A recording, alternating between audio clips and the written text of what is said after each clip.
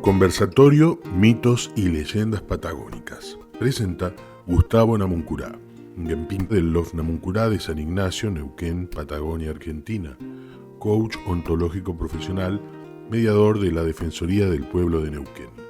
Exponen María Angélica Gualmes. María Angélica es profesora de danzas nativas y folclore, licenciada en folclore por la Universidad Nacional de las Artes y profesora en Ciencias Antropológicas en la Universidad de Buenos Aires. En la actualidad se desempeña como docente investigadora del Departamento de Folclore en la Universidad Nacional de las Artes y como asesora sobre pueblos indígenas en Matria, Ministerio de Cultura de la Nación. Tiene pertenencia en el pueblo mapuche y es miembro de la Red de Investigadores en Genocidio y Política Indígena en Argentina.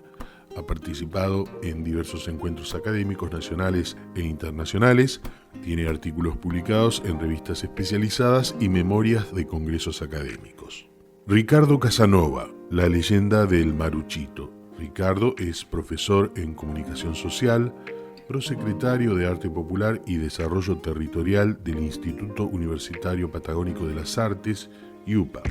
Docente e investigador universitario en la Universidad Nacional del Comahue, Facultad de Ciencias de la Educación. Ricardo Casanova es también músico. Isidro Belver Rubira nació en España, tiene 75 años, naturalizado argentino y neuquino desde hace 70 años, con 48 de radicación definitiva en el departamento Minas, Huinganco. Ex sacerdote, docente, escritor, investigador, oidor y difusor de historias, contadas, leyendas y manifestaciones socioculturales.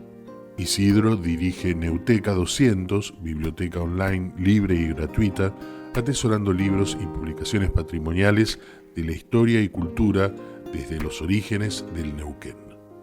Mari, y trocon puqueche, akin tu leluda tu famo, peita gotram ku unmo, romangen le mai, me feria imanta tu fa, y trocon puqueche.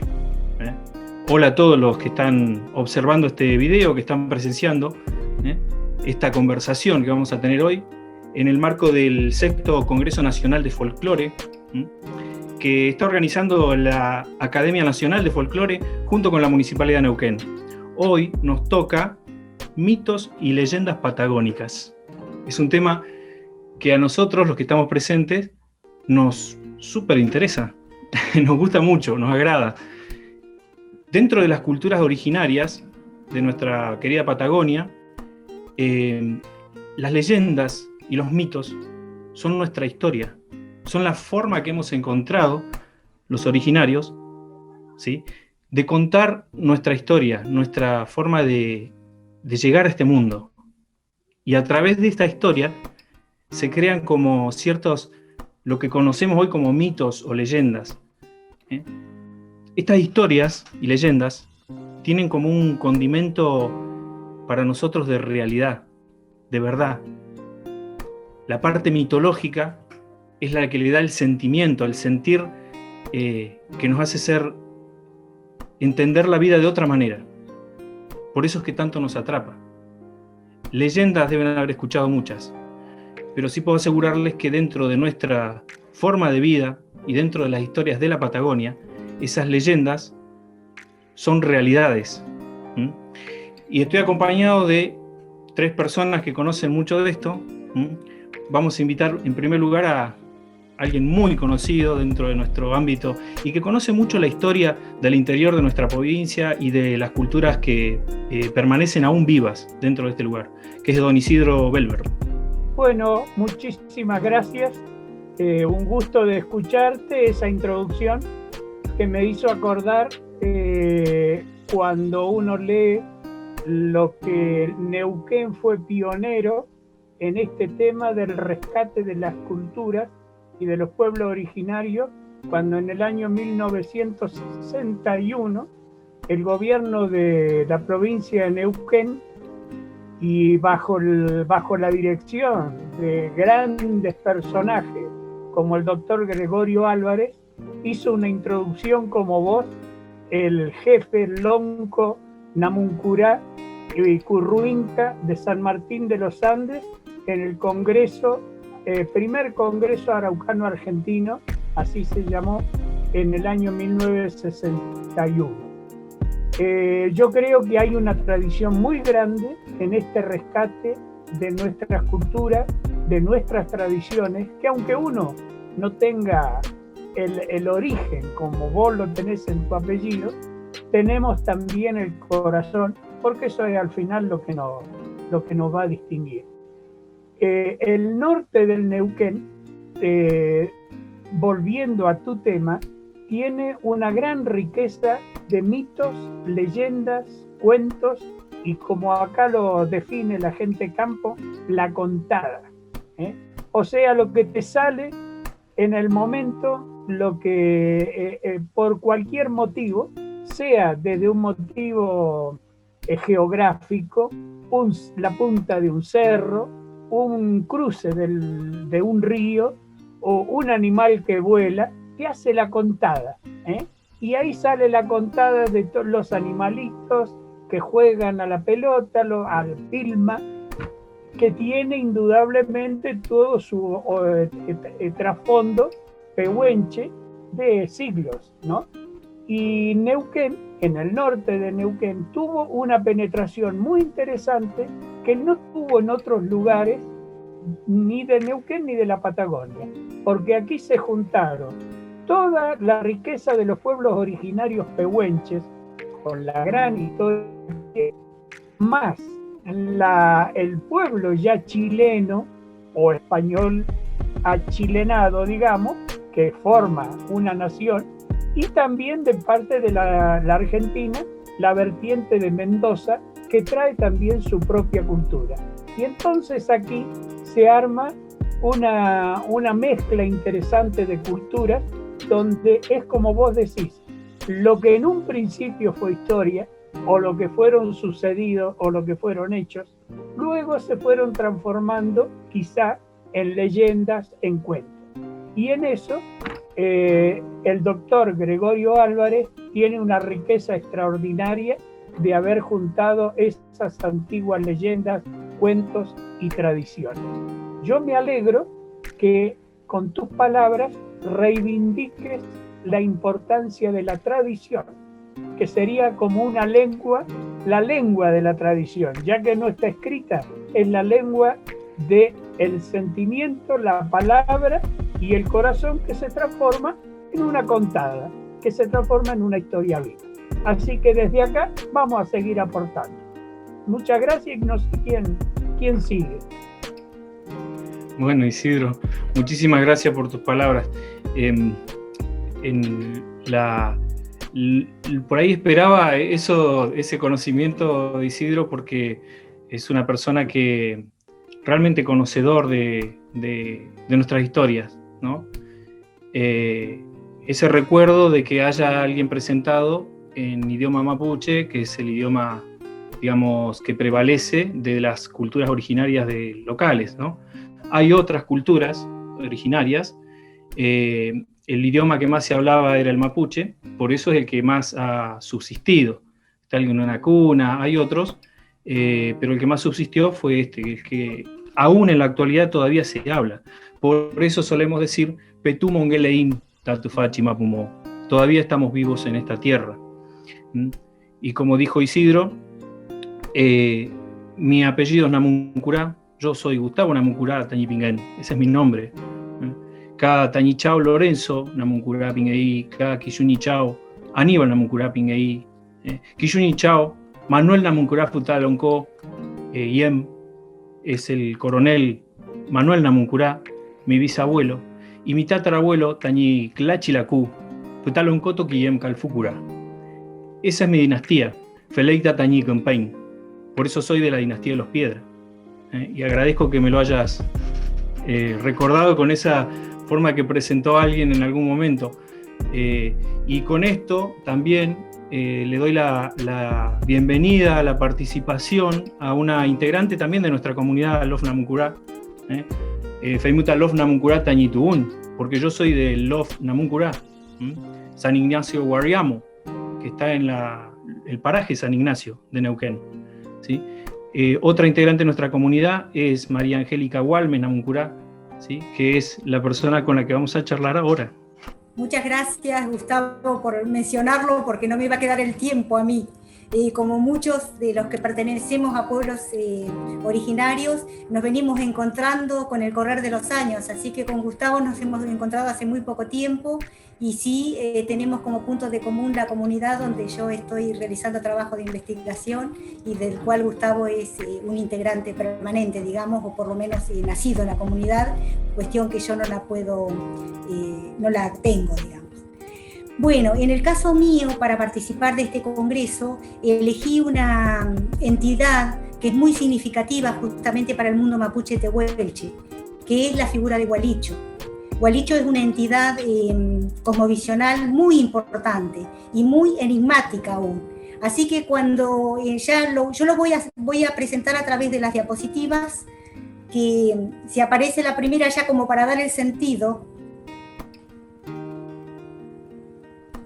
Me interesa un poco esta presentación de Carlos Montemayor, ¿no? Que dice que la vida de los hombres está en su lenguaje, que las palabras en movimiento son las que guardan dentro de sí la permanencia del mundo, que son historias que repitiéndose se preservan y que a pesar del tiempo, o quizás gracias al tiempo, se constituyen en una firme forma de resistencia.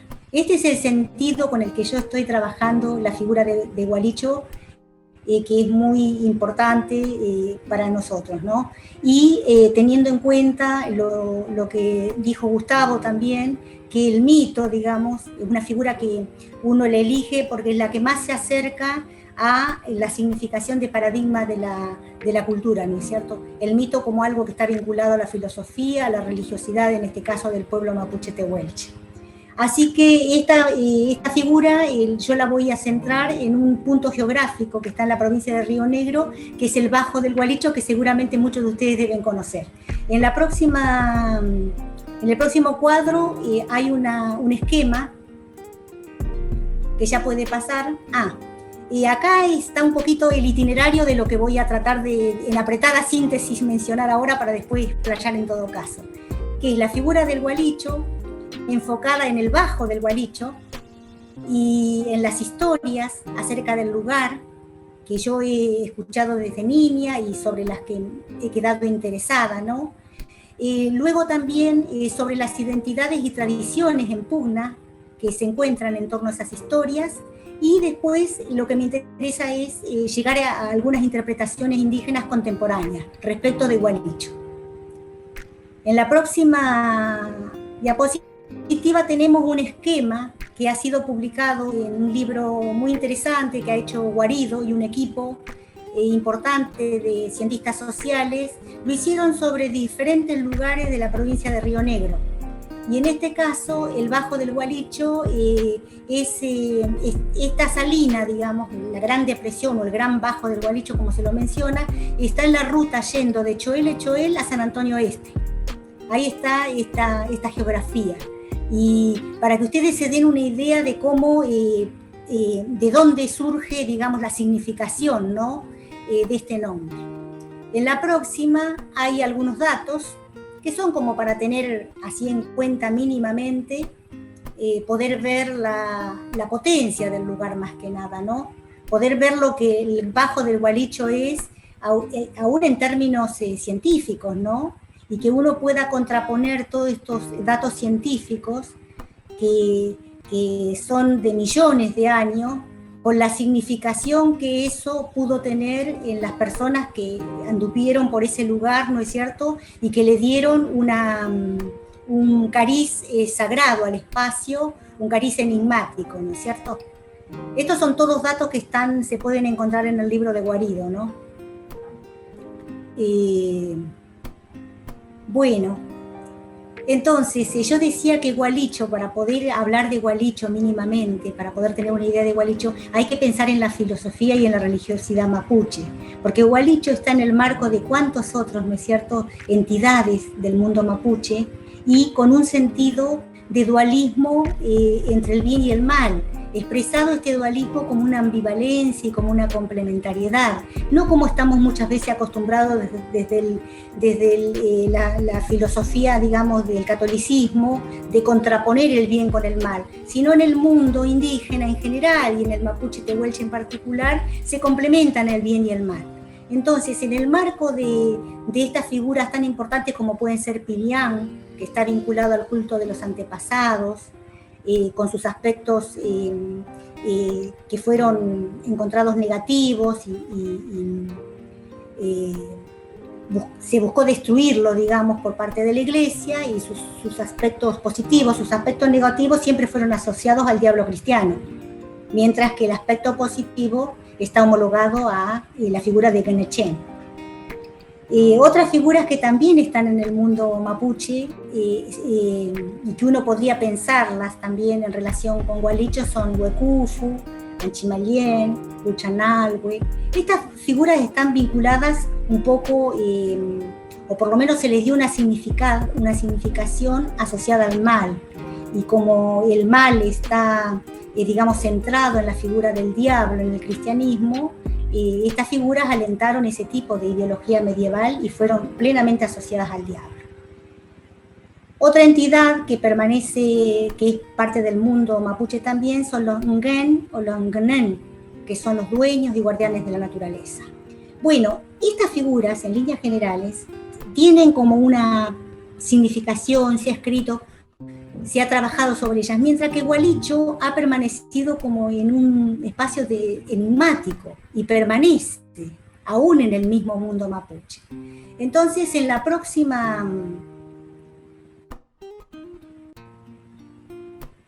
yo muestro algunas documentaciones que se han hecho respecto de Gualicho, ¿no? Cómo aparece documentado Gualicho en algunos diccionarios, con algunos investigadores y algunos cronistas. En el caso de Colombres, un trabajo más nuevo, ¿no? Estas son las definiciones que hay sobre Gualicho: genio del mal, el genio maligno por excelencia. Una significación que cambia es la de Harrington, que se acerca más a la de la cosmovisión indígena, que es como padre generador de la raza, dueño de los animales vivientes. Y en el caso de Colombres lo define como un ser sobrenatural, manifestación y o creencia de una cultura indígena.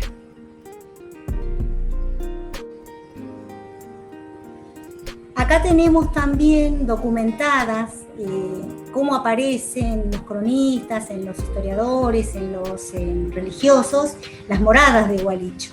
Porque nosotros esa gran geografía que vimos, el esquema que vimos en la salina del Bajo del Gualicho, está relacionada con los caldenes de la Pampa, por ejemplo. La figura de Gualicho aparece tanto en los bajos, en las hondonadas, como en los árboles Gualicho. Entonces tenemos documentado a Gualicho en lugares específicos, como el Caldén del Gualicho, en el centro norte de la Pampa, el Algarrobo, en Patagones, el Árbol del Gualicho, entre el Carmen y Bahía Blanca. Bueno, lo que ha documentado Darwin también. Y la Piedra del Gualicho, que esa sí está documentada por el padre Bonacina en el Gran Bajo del Gualicho, que es donde yo he centrado mi trabajo, ¿no? La próxima vamos a ver algunas representaciones actuales que hay sobre Gualicho. En este caso yo las tomé también de testimonios publicados por Macera y Guarido, donde ellos trabajan una parte de la narrativa y donde aparecen el sentido que la gente, digamos, décadas atrás, cercanas a la zona de Gualicho o personas de Valcheta, de toda esa región, daban su testimonio respecto de la figura de Gualicho, ¿no? Lo que decían más que nada, no se centran en la figura de él, sino en lo que él significa para el viajero, para el que pasa, para el que transita los lugares donde habita Gualicho. Entonces allí están estos testimonios donde siempre se señala que tenían que dejar algo para que no te molestaran los espíritu. Se tenían que dar vuelta la ropa, ponerse alpargatas hechas en cruz. Algunos dejaban una moneda, otros dejaban un poco de tabaco.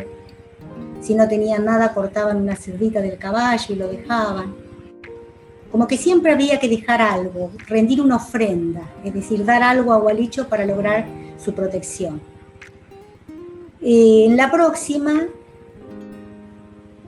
tenemos algunos testimonios orales, que estos sí son más actuales. Luego de trabajar sobre las pocas fuentes que hay, a mí me interesó mucho tratar de visibilizar algunos discursos, ¿no? Definiciones que hay sobre Gualicho en la actualidad. Entonces, estas documentaciones sí son ya en base a entrevistas y a conversaciones, digamos, con personas vinculadas que adscriben al mundo mapuche y que tienen, digamos, su sentir respecto de lo que es la figura de Gualicho. Entonces, acá tenemos algunos de los testimonios en el que se señala fundamentalmente, como ustedes pueden observar en este testimonio de General Roca, que dice, no tiene que ver con el diablo, que fue la parte que a mí más me interesó, no tiene que ver con el diablo, eso es de los cristianos. Pero sí se reconoce que Gualicho es un lugar muy importante, es un lugar muy delicado. Abajo tenemos otro testimonio donde también señalan que es un lugar de mucho respeto, de mucho cuidado, no de miedo. Nosotros cada vez que pasamos por ahí dejamos algo, lo que sea, un pedacito de lo que vas comiendo o una hilacha de tus prendas. Y acá también se asevera que Gualicho no es el diablo. En la próxima tengo un testimonio que es muy cercano y de una persona con la que pude compartir mucho y que para mí es muy importante.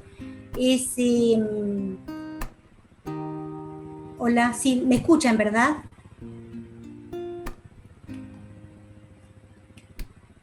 Que es este testimonio donde dice, siempre se pronunció Gualicho, no por pronunciar al demonio, sino donde había mucha riqueza.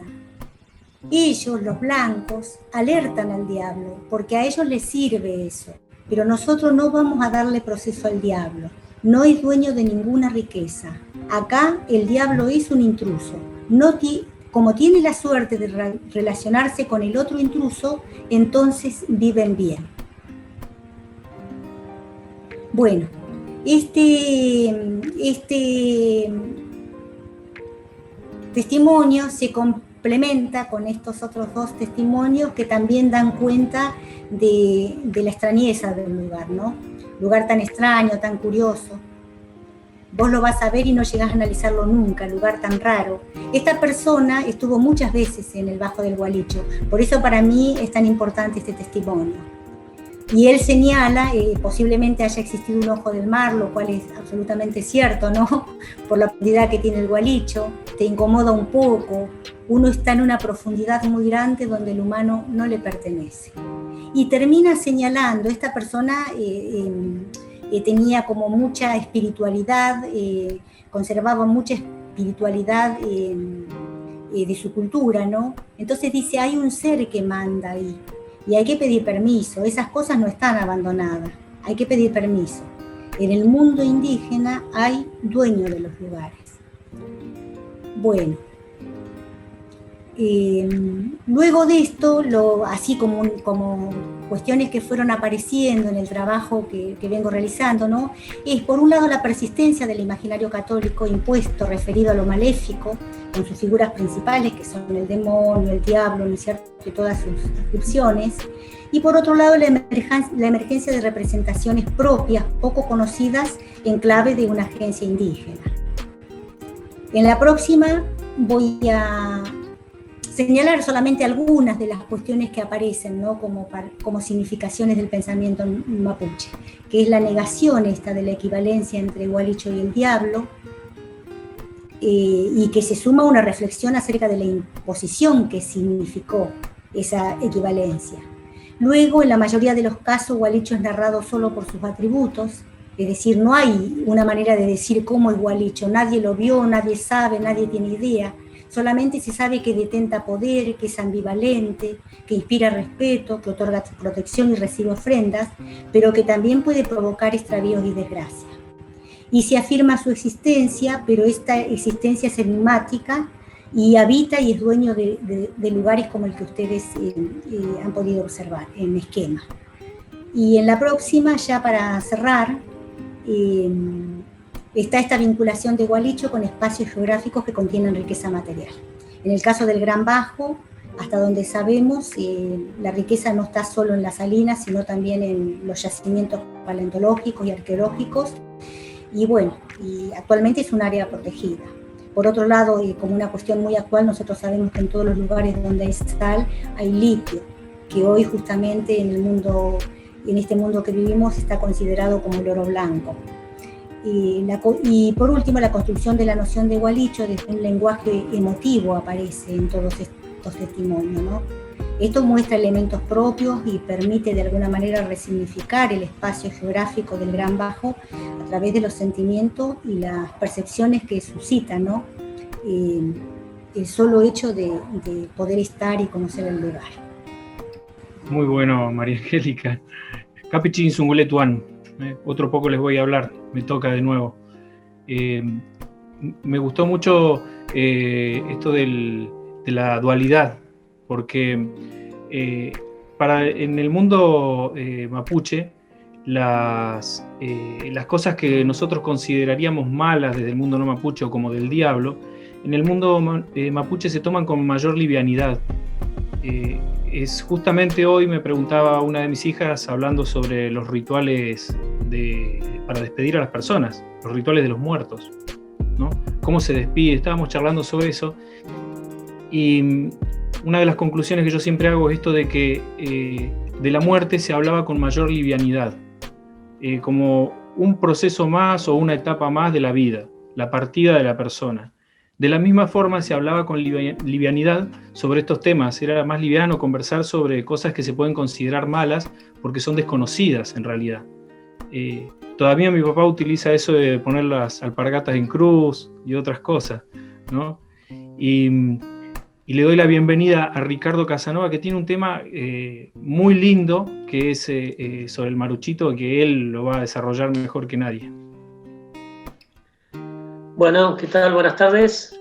Muchas gracias por darnos la participación, sobre todo al ámbito en el que me desempeño, que es el ámbito académico del Instituto Universitario Patagónico de las Artes, el IUPA, que tiene su sede en General Roca, Río Negro, y que además de tener una formación amplia en todas las ramas del arte, IUPA ha encarado un trabajo muy fuerte de extensión territorial, de presencia territorial de la universidad, y que tiene que ver sobre todo también con el rescate, a través de esa extensión, con el rescate de la cultura patagónica y rionegrina en particular, en este caso, y apunta básicamente a trabajar con los actores en cada lugar, en cada comunidad, a través de las disciplinas como la música y la danza.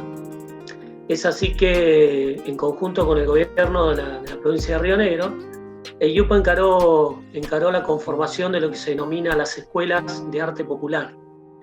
Esas escuelas empezaron a funcionar en el año 2018, se comenzó a implementar en toda la provincia, y hoy por hoy estamos presentes en 72 localidades de la provincia de Río Negro, con el dictado de cursos de guitarra y danza folclórica. ¿Por qué digo que es importante esto? Porque esta escuela de arte popular, entre los objetivos que se propone, más allá de poder llegar con una formación académica a cada uno de los puntos, principalmente lo que hizo fue rescatar y revalorizar a los artistas populares de cada lugar. Y esos artistas populares son la usina de lo que tiene que ver con el rescate de lo nuestro, del rescate de la identidad, de la idiosincrasia, de todo lo que hace a la cultura, nuestra vasta diversidad cultural que tenemos, pues, sobre todo en la provincia de Río Negro, con las regiones que tienen su propia identidad y características, No es lo mismo, siempre decimos, el Alto Valle que la línea sur, o la zona andina con la zona atlántica.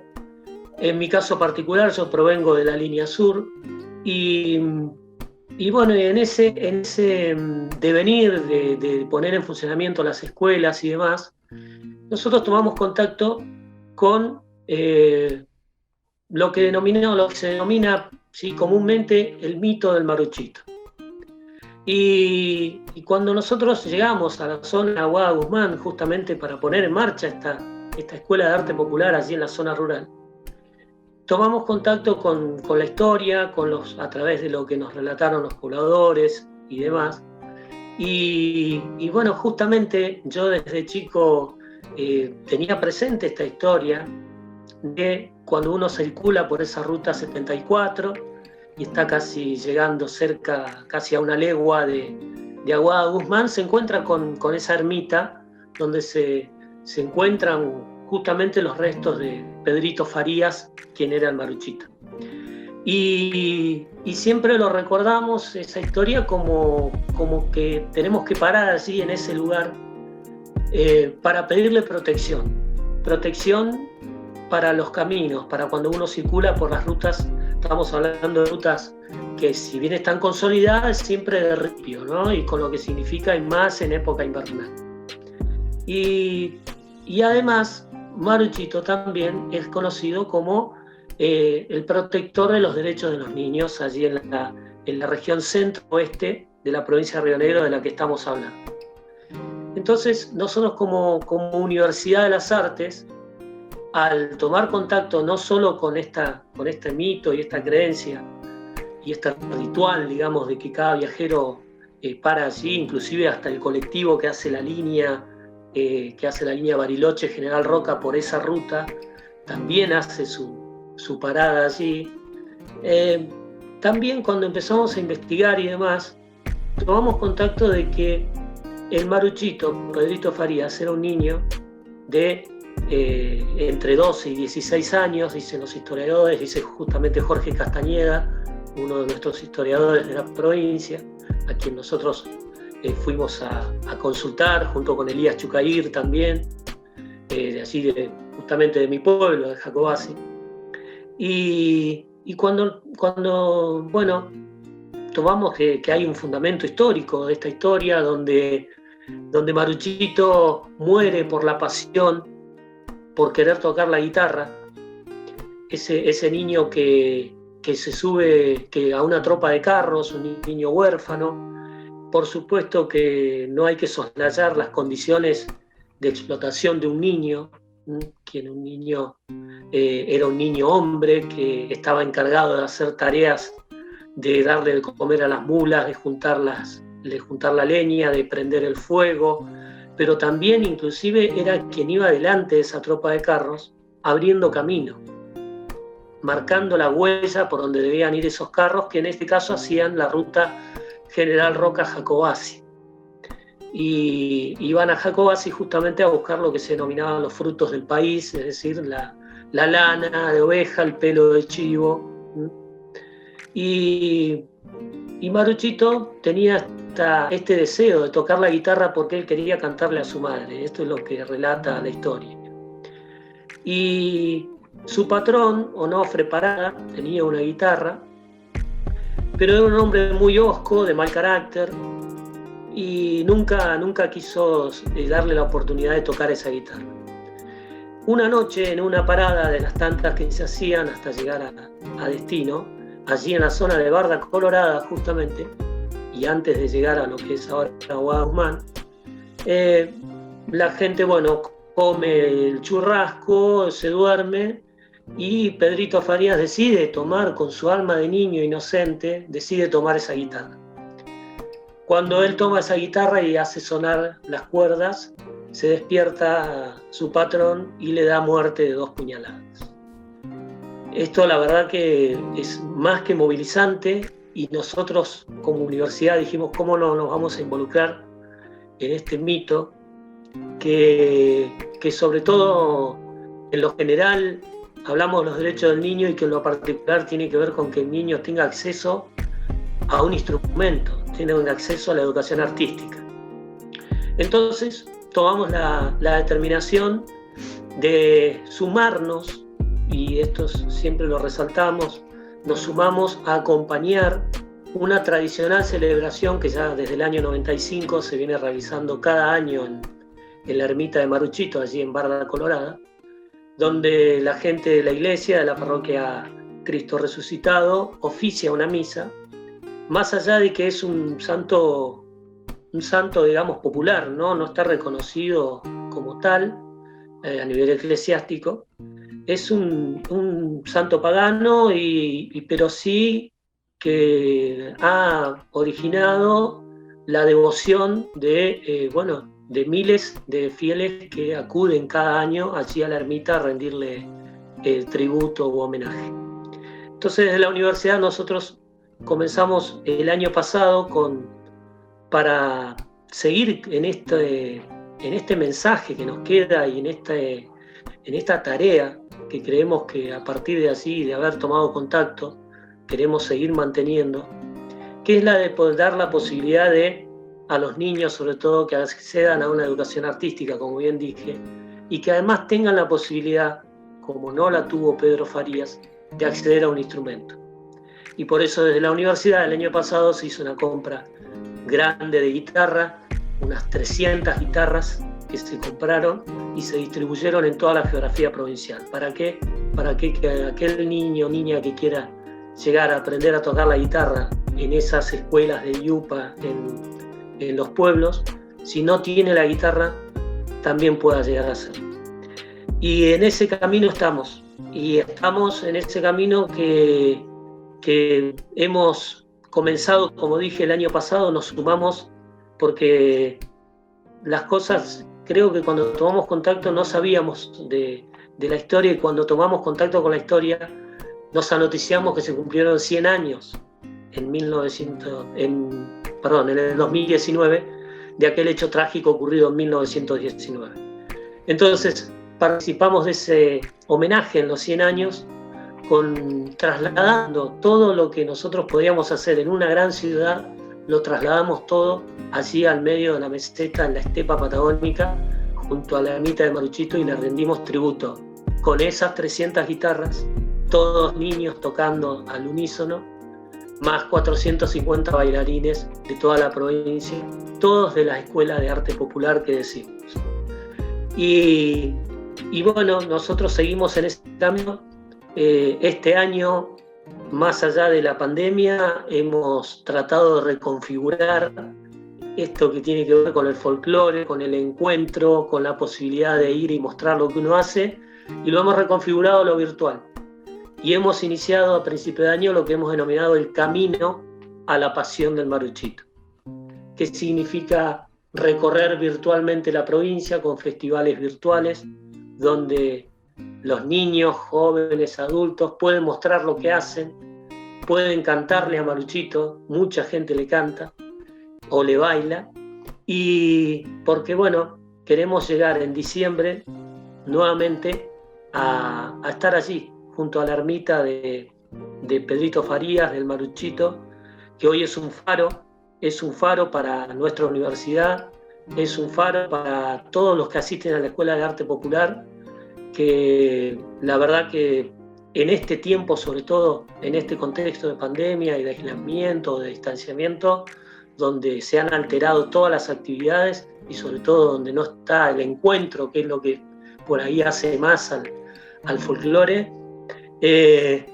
ha significado un camino y un espacio de contención, un espacio donde, como dijo uno de los profesores de la Escuela de Arte Popular, un profe de Sierra Colorada, dijo: esto que hacemos a través de Maruchito nos sana el alma. Y la verdad que me quedo con esa frase, ¿no? Que el arte es sanador, el arte es el catalizador, es el que puede brindar el acompañamiento que necesitamos en los momentos en que a veces no sabemos dónde refugiarnos, y el arte nos puede dar ese gran abrazo, digamos, ¿no? Y más si tenemos, como decimos siempre, la potencia de una historia y un mito que está más que vivo y que, como dije, es el faro y nos guía y nos lleva por la huella de poder seguir garantizando el acceso a la educación artística a todos los niños, totalmente libre y gratuito, para que no haya más maruchitos que quisieran tocar una guitarra y cantarle a su madre, que esté la posibilidad de que lo puedan hacer y que una universidad con los fondos del Estado lo pueda garantizar. Así que esa es la tarea que hemos encomendado, y de esa manera nos hemos involucrado desde el IUPA en el mito de Pedrito Farías, el Maruchito. Muy bueno, como ahí también Piel, qué maravilla, ¿no? Maravillosa la historia que contaste.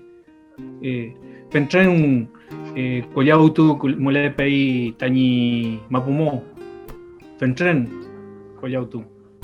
Muchas historias hay en nuestra tierra y no termino de sorprenderme de cómo estas historias motivan a que hagamos cosas superadoras, como lo que está haciendo Yupa, que nos cuenta Ricardo.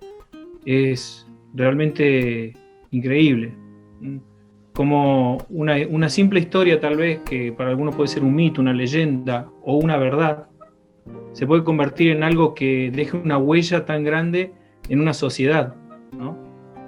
Y que a pesar de todos los obstáculos que se puedan presentar, continuemos avanzando, que nos hayamos ubicado de una manera como ahora estamos, a través de la virtualidad, que yo creo que con Isidro nunca nos hubiésemos imaginado estar conversando así, ¿no, Isidro? La verdad, ¿no? Nunca. Estas son las oportunidades que te da el hueco. Claro, exactamente. Así como estamos ahora, con todo esto nuevo, ¿no? De la misma manera que nos hemos logrado reencontrar con María Angélica para poder hacer algunos trabajos que estamos realizando, y espero yo también, ojalá que con Ricardo podamos continuar en algún momento conversando de todo esto. Yo no sé si a alguno de ustedes les queda algo lindo para agregar. No sé, yo lo escuché con una alegría, la verdad. Yo me limité cuando hablé al principio, porque me tomaste muy rápido, pero me corté porque digo, bueno, ahora ustedes contaron ahí una maravilla. Lo del Gualicho es una cosa que uno viene siguiendo de hace tiempo. Lo del Maruchito me enteré hace muy poco tiempo. Y en tu zona de Junín, de San Martín, tienen algo muy parecido y tienen algo muy animista también, que es, ya no son personas, sino que es el pehuen, que es la roca, que es la piedra rara en un lugar de un camino, y todo ese animismo nos va haciendo formar esas tradiciones donde toda la naturaleza participa de una cultura. Y en el norte del Neuquén, yo mientras lo escuchaba, digo, acá también tenemos maruchos, tenemos huecú, tenemos gualicho, pero claro, le ha dado otra forma.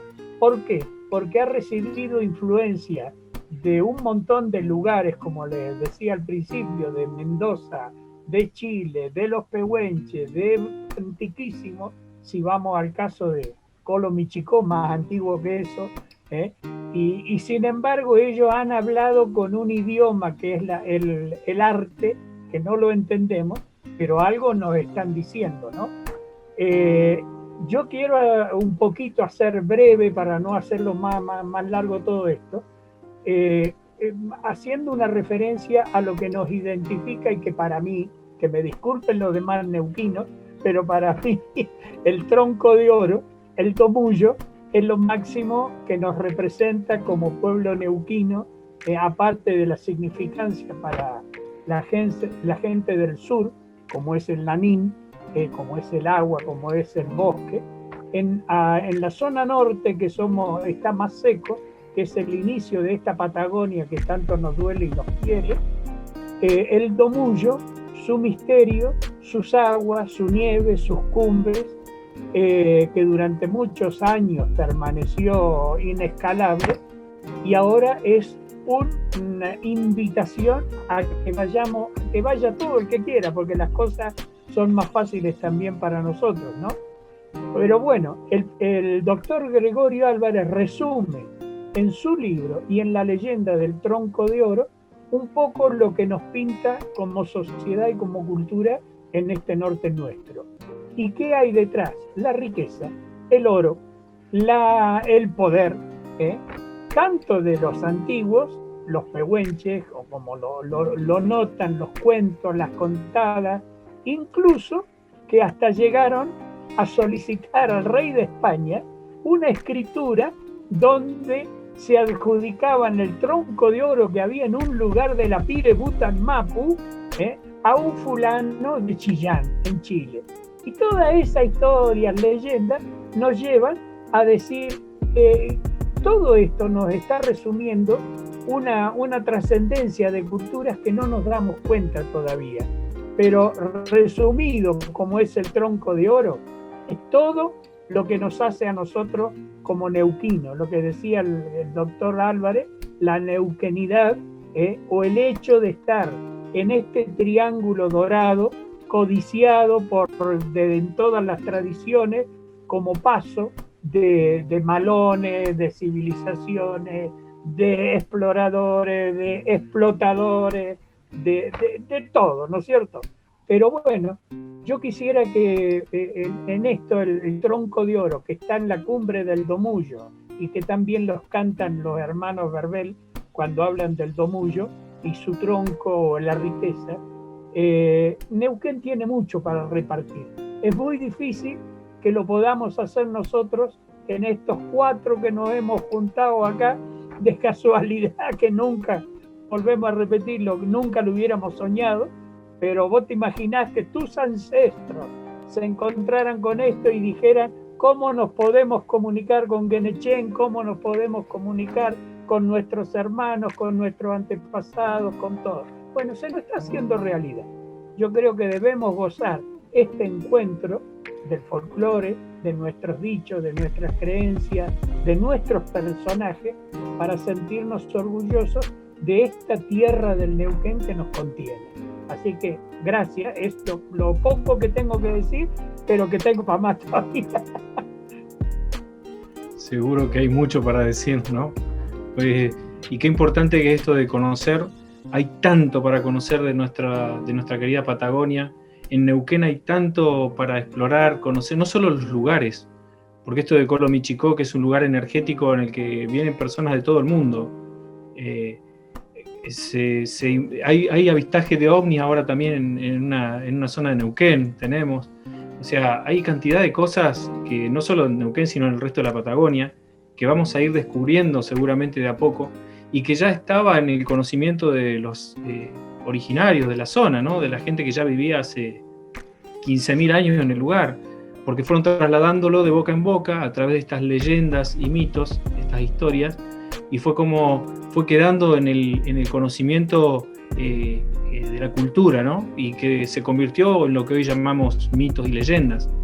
Para nosotros era el Collao Tuún, Taín Collao Tuún, y se reunían en la noche a conversar sobre esto con un fogón, que hoy nos suena muy pintoresco, pero en aquel momento era un momento muy agradable, no solamente por lo pintoresco que podía tener, sino porque desde el fuego se veían imágenes que llamaban al recuerdo de situaciones o de seres o de antepasados. Traíamos a la vida tal vez que a personas como el Maruchito, tal vez nos acordábamos de explicar qué era un gualicho, tal vez nos acordábamos de explicar qué había hecho fulano de tal cuando subió al Lanín y con qué se encontró en el Domullo. ¿Por qué el Pillán se llama Tronador? ¿Quiénes fueron los que intervinieron en esa batalla? Se contaban muchas historias y eso es lo que me parece maravilloso de que nos hayamos podido reunir nosotros y trasladarle un poco eso a la gente. Gustavo, para agregar, Claro. Si puedo agregar, ¿sí? Sí, Ricardo. Sí, agregar que, tantas cosas que uno quería decir y algunas se me quedaron. Pero cuando hablaste del fuego, justamente, bueno, nosotros el año pasado, además del festival y demás, encaramos también en esta tarea de divulgación de nuestro mito del Maruchito, de generar documentos audiovisuales, que bueno, una parte la van a poder ver en el Congreso, del documental que se hizo, donde bueno, una forma de historizar e introducir a la comunidad sobre la historia, pero también lo que se hizo fue recrear en una serie web, a través de la ficción, bueno, lo que es este mito, ¿no? Y bueno, todo, por supuesto, todo encarado desde la universidad, desde el IUPA, con toda su multiplicidad de carreras que hay, desde cine hasta teatro, hasta danza, música, entonces, bueno, todo con todo el recurso de IUPA se llevó adelante esta serie web también, que los invito, que está todo, si lo busca uno IUPA en YouTube, allí está todo el material de Maruchito. Son 5 capítulos de la serie y que justamente se ambientó con uno de los músicos de IUPA, un chico que proviene de la línea sur y demás, se llama Jonathan Ceballos. Él es el protagonista de esta serie y que justamente tiene un encuentro allí en Aguada Guzmán, y alrededor del fuego que se arma en esa fogata en el medio de la estepa, toma contacto con la historia de Maruchito. Así que gracias, Gustavo, por tu referencia me trajo a la memoria algo que me parecía importante también que lo conociera. Bueno, muchas gracias. María Angélica, ¿vos querías decir algo? Bueno, sí, en mi caso también quiero hacer un pequeño cierre, porque el tiempo ha pasado mucho más rápido de lo que hubiéramos querido todos, ¿no es cierto? Y bueno, un pequeño cierre mencionando de los colegas que están presentes, ¿no? El tema de la presencia de lo indígena. A mí me interesa mucho porque, como ustedes saben, cuando empezaron los estudios, cuando se consolidaron los estudios de folclore en nuestro país por la década del 40, 50, había una división muy grande sobre lo que era el folclore y lo étnico.